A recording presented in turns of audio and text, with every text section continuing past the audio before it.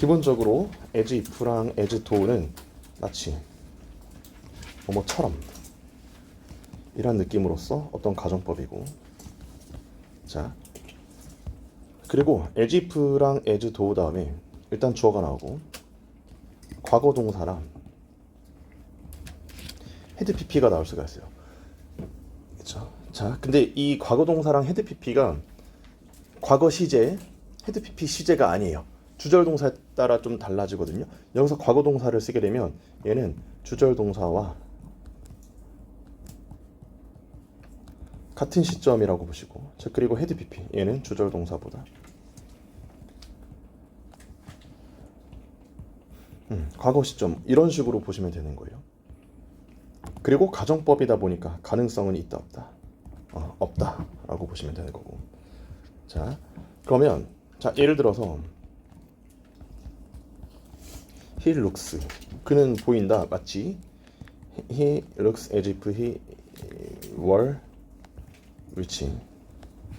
자, 그는 마치 부자인 것처럼 보인다라고 하는 거예요. 자, 이런 문장 있고, he looks as if he had been rich가 있어요.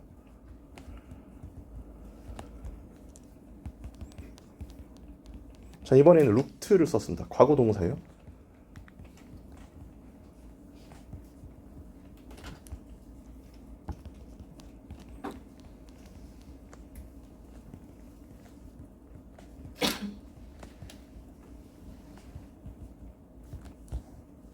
자, 이렇게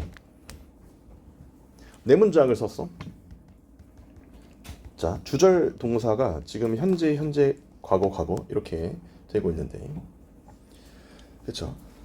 쓰고 계시죠?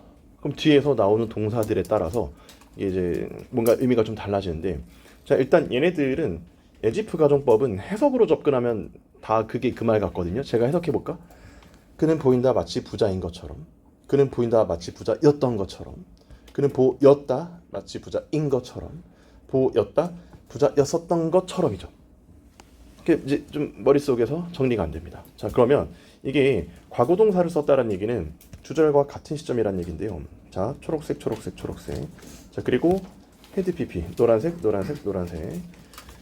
자, 일단 이제 체크를 좀 해놨습니다. 그래서 상대적으로 이 부분이 어떤 시점인지 동사를 보고 알 수가 있어. 자, 보시게 되면 첫 번째 문장에서 he looks as if he were이라 그랬죠. were는 주절과 같은 시점이죠. 이거 언제야? 현재죠.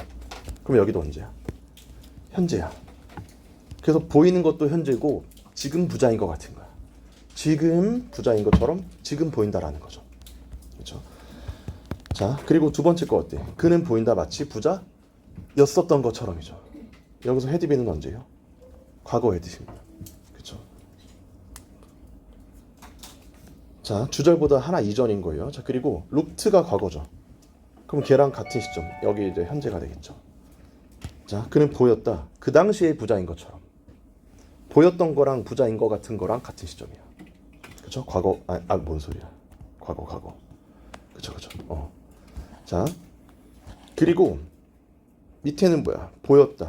그보다 더 이전에 부자였었던 것처럼. 그래서 여기서 대과거를 해주면 되겠죠. 자, 다시 보인다. 그 당시에 부자인 것처럼, 똑같은 시점에 부자인 것처럼 보인다. 과거에 부자였던 것처럼 지금 보인다. 자, 과거에 부자였던 것처럼 과거에 보였다. 대과거에 부자였었던 것처럼 과거에 그래 보였다라는 거야.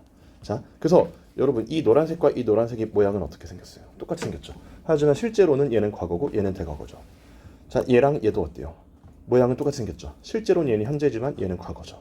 그렇죠? 실제 시점이 좀 다르다라는 거죠. 그래서 여기 부분은 자, 상대적 시점이라고 보시면 돼요. 주절 동사에 따라 결정이 되는 거죠. 그렇죠? 자, 그럼 자 봐봐. 여기서 포인트가 의미적으로 봤을 때 이 친구들은요 다 가능성이 없는 일인 거거든요. 그래서 우리가 얘를 가정법이라고 해요. 마치 부자인 것 같다라는 건 어때? 저 인간은 지금 부자일 가능성이 있어 없어? 부자 아닌 거야. 부자가 아닌데 근데 이제 부자인 것처럼 보인다라는 거고요. 자, 그러면 추가적으로 자, 이런 문장을 좀 한번 써볼게요. 자, He looks as if he is.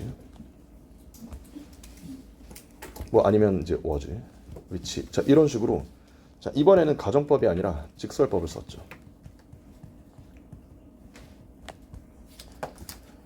자, 그는 보입니다. 마치 부자인 것 아니야. 리치 말고 다른 걸로 합시다. 헝그리. 배고픈 것처럼 보인다. 배고팠던 것처럼 보인다라고 했을 때는 여러분 지금 배고픈 것처럼 보인다고 과거에 배고팠던 것처럼 보인다죠. 그럼 여러분 사람이 그냥 딱 봤을 때 배고파 보일 수 있죠. 가능성이 있는 일이에요. 그럴 때는 직설법을 써요. 그냥 딱 봐도 배고파 보일 수 있는 거죠. 가능성 있는 일이죠. 그렇죠. 그래서 여기서 as if he is랑 was를 쓰는 거 괜찮습니다. 자, 그러니까 as if라고 해서 막 무조건 가정법만 쓰는 건 아니야. 알겠죠? 가정법을 쓸 때는 언제? 가능성이 어떨 때? 없을 때. 자, 지금 이 사람은 부자예요, 아니에요? 아닌 거고. 지금 이 사람은 배고플 수도 있는 사람인 거죠. 그렇죠, 그렇죠, 그렇죠. 가능성이 있을 때는 직설법을 쓴다. 그래서 이게 학생들이 기계적으로 공부를 하다 보면요, as if 다음에 is랑 was 안 되는 거 아니야? 이렇게 생각한단 말이야. 근데 돼요. 이게 아주대학교에서 직설법을 한번 나온 적이 있었어요. 아시겠죠? 자, 여기 as if 가정법이었고.